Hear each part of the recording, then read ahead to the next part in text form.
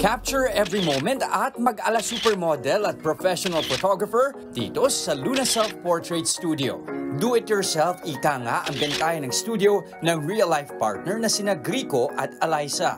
Dating freelance photographer si Grico, habang operator analyst naman si Eliza nang itayo nila ang negosyo noong 2022. Sa puhunan na 200,000 pesos, pumatok ang kanilang physical self-portrait studio sa mga millennial at Gen Z. Nag-o-offer sila ng iba't ibang packages na may price range mula 299 pesos hanggang 2,399 pesos. Dahil bago ang ganitong konsepto, inintroduce nila ang Orbit Mobile para sa iba't ibang events tulad ng wedding, birthdays at iba't ibang parties. Katulad ito ng photo booth, but with experience of self-portrait studio. Challenging man ang ipakilala ang ganitong uri ng negosyo at market, hindi sila nagpatinag at ginamit ang social media para mas lalong makilala at bumenta sa masa. Sa ngayon, kumikita na sila ng 5 digits kada buwan.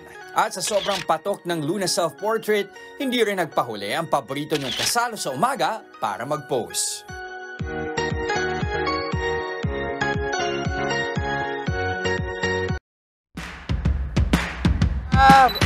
Pasok!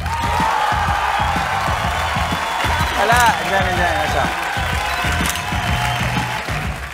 Ayan! Okay, so, sige, hayaan ko muna kayo mag-enjoy ng pag-click dyan. Go, Justin! Makakasama natin today sina Grico at Eliza ng Luna Self-Portrait Studio. Grico and Eliza, thank you sa pagsama sa amin ngayong umaga. Okay, so ano bang kakaiba dito sa inyong self-portrait studio since ito nga ay nauuso talaga recently? So, bali, with regards po sa self-portrait studio namin, so nagkaroon na kami ng mobile which is like photo booth siya, pero self-portrait.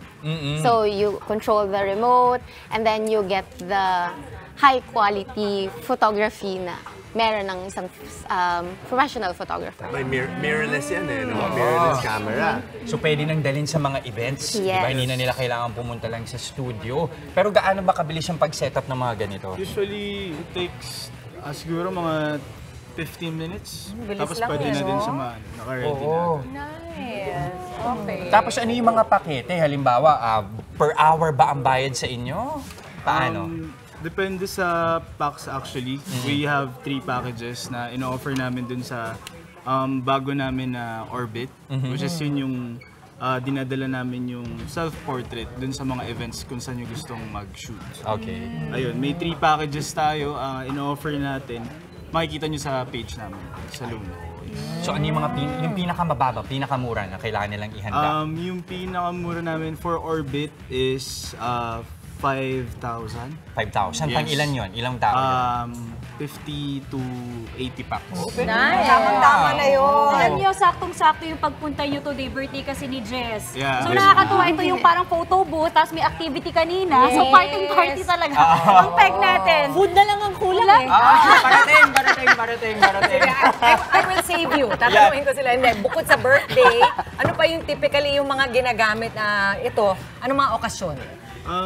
For mga engagement. Congratulations!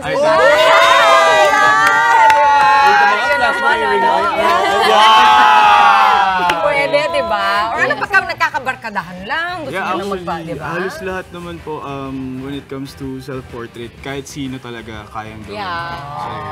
Nakita ko may pets pa nga, Mami. May pets yung pa. pictures natin. That's our party natin. Oo, yung hindi alam ni Jester yung sa ano. Hindi ako nasabihan dyan. Hindi, joke.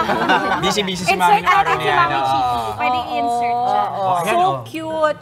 Paano kayo mako-contact? Kasi ako, I'm super interested. This is a nice business kasi hindi nauubusan ng events ngayon. So, you can contact us at Luna Self-Portrait Studio sa aming Facebook page. Okay. And then, at the same time, meron din kami ng IG and TikTok. So, same lang. Thank you. O, kontakin nyo na mga kapatid para sa inyong mga upcoming events. Muli maraming salamat, Grico at Eliza ng Luna Self-Portrait Studio. Thank you very much mga kapatid.